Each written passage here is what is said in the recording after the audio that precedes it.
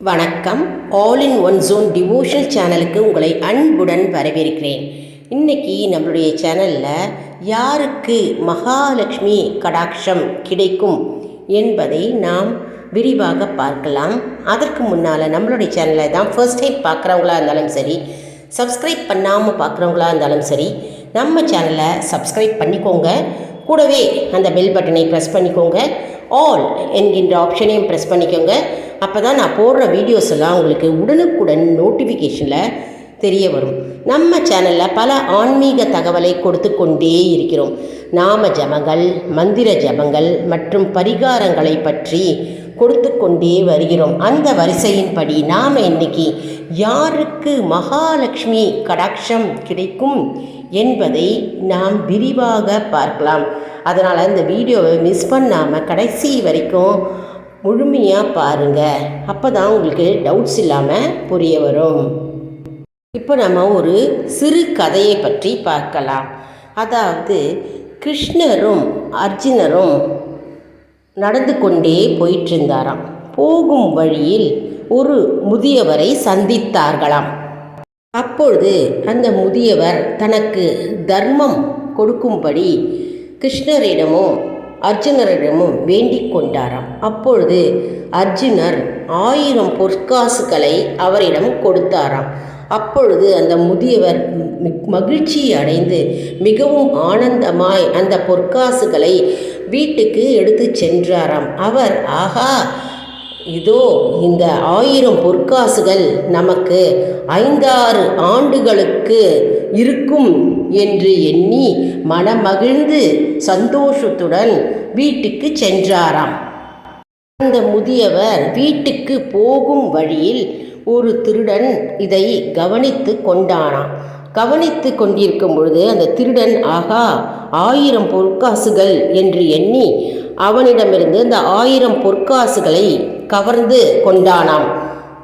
இந்த 1000 பொற்காசுகள் பறிபோறதை எண்ணி அந்த முதியவர் மிகவும் வருத்தப்பட்டு வீட்டுக்கு சென்றாராம்.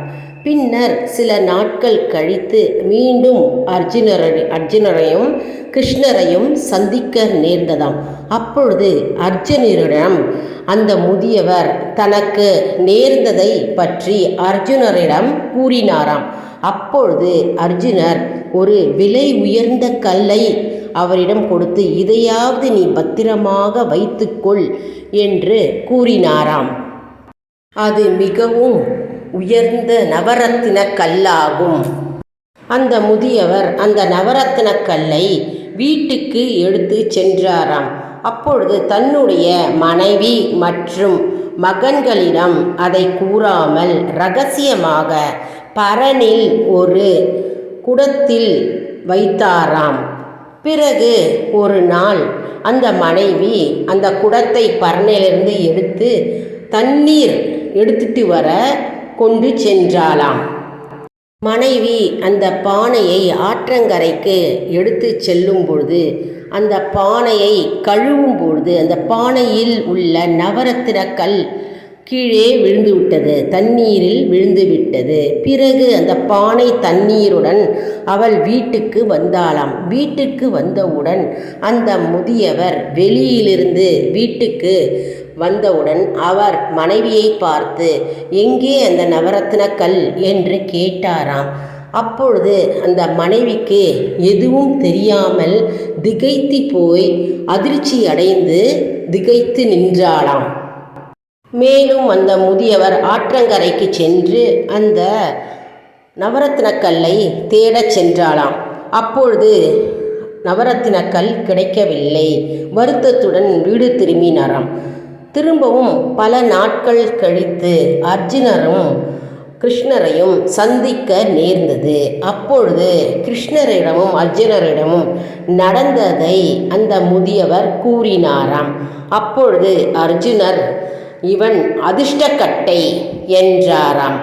பிறகு கிருஷ்ணர் அர்ஜுனரிடம், இப்பொழுது நீ 2 பொற்காசுகள் மட்டுமே அந்த முதியவரிடம் கொடு என்று கிருஷ்ணர் கூறினாராம். அதற்கு அர்ஜுனர் 2 பொற்காசுகளை அந்த முதியவரிடம் கொடுத்து, இந்த 2 பொற்காசுகள் என்ன செய்ய போகிறது என்று அர்ஜுனர் கூறினாராம். அப்பொழுது கிருஷ்ணர் அவரை பின்தொடர்ந்தாராம். அந்த முதியவரை பின்தொடர்ந்தாராம். அப்பொழுது அந்த வழியில் ஒரு மீனவரை சந்தித்தாராம். மீனவரை சந்திக்கும் பொழுது கிருஷ்ண பகவான் அந்த முதியவரிடம் 2 மீன்களை நீ வாங்கிக்கொள் என்று கூறினாராம். அதன்படி அந்த முதியவர் 2 மீன்களை வாங்கினாராம். அப்பொழுது அந்த முதியவர், இந்த 2 பொற்காசுகள் நம்முடைய குடும்பத்தில் ஒரு வேளை பசியை மட்டும் போக்கக்கூடியது. என்ன செய்ய போகிறது இந்த பொற்காசுகள்? சரி, இந்த மீன்களையாவது உயிருடன் நாம் வாங்கி ஆற்றில் விட்டால் நமக்கு புண்ணியமாவது கிடைக்கும் என்று யோசித்து அந்த மீன்கள் உயிருடன் அவர் வாங்கினாராம். மீன்களை வாங்கிவிட்டு அதை ஆற்றங்கரையில் விட்டபோது ஒரு மீனை மட்டும் ஆற்றில் விட்டார். அடுத்த மீன் தொண்டையில் ஏதோ சிக்கி இருப்பதை அவர் கண்டார். அதை வாயை பிளந்து பார்த்தார். வாயை பிளந்து பார்க்கும் பொழுது அதன் வாயில் நவரத்ன கல் இருந்தது. ஆகா, என்ன ஆச்சரியம்! கிருஷ்ணனே, பகவானே, எப்படி இந்த நவரத்ன கல் இந்த மீன் வாயில் இருக்கிறது என்று ஆச்சரியப்பட்டு அந்த நவரத்ன கல்லை எடுத்தாராம். அவர் மனைவி அந்த ஆற்றில் தவறவிட்ட அந்த நவரத்ன கல் எப்படி இந்த மீன் வாயில் இருக்கிறது என்று யோசித்து மிகவும் ஆனந்தப்பட்டு சந்தோஷப்பட்டு, கோபாலா, கிருஷ்ணா, எனக்கு உதவி செய்து விட்டாய் என்று சந்தோஷப்பட்டு அந்த நவரத்ன கல்லை எடுத்தாராம். அந்த முதியவர் கிருஷ்ணரின் திருநாமத்தை கூறிக்கொண்டே ஆனந்தம் அடைந்தாராம்.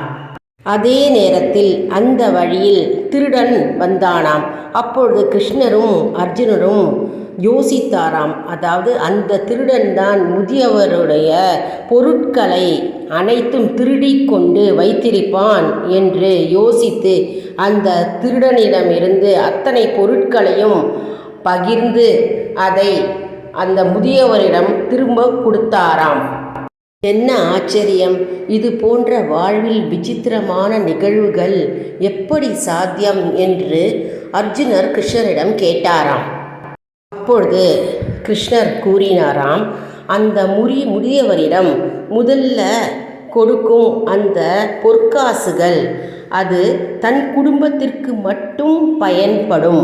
மற்றும் இரண்டாவதாக கொடுக்கும் அந்த கல், அந்த நவரத்ன கல் தனக்கும் உபயோகம் இல்லாமல் மற்றவர்களுக்கும் உபயோகம் இல்லாமல் அதை பரனில் வைத்து விட்டான்.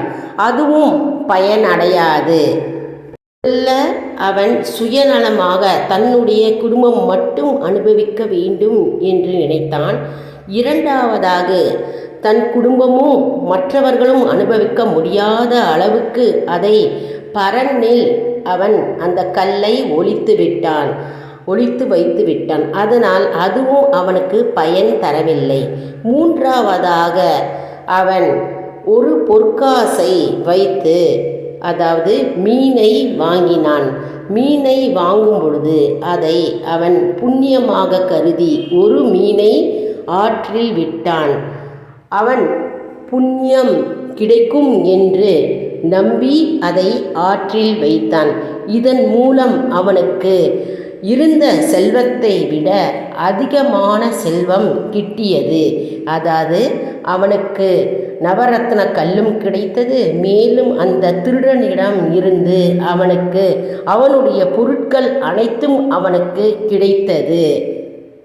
இதனால் அவனுடைய மூன்றாவது செயல்தான் உயர்ந்தது. அதாவது 2 பொற்காசுகளை வைத்து நாம் என்ன செய்ய முடியும் என்று யோசித்து அந்த மீன்களையாவது நாம் வாங்கி நாம் ஆற்றில் வைத்து நாம் புண்ணியத்தை கிட்டுவோம் என்று அவன் நினைத்தான் இல்லையா?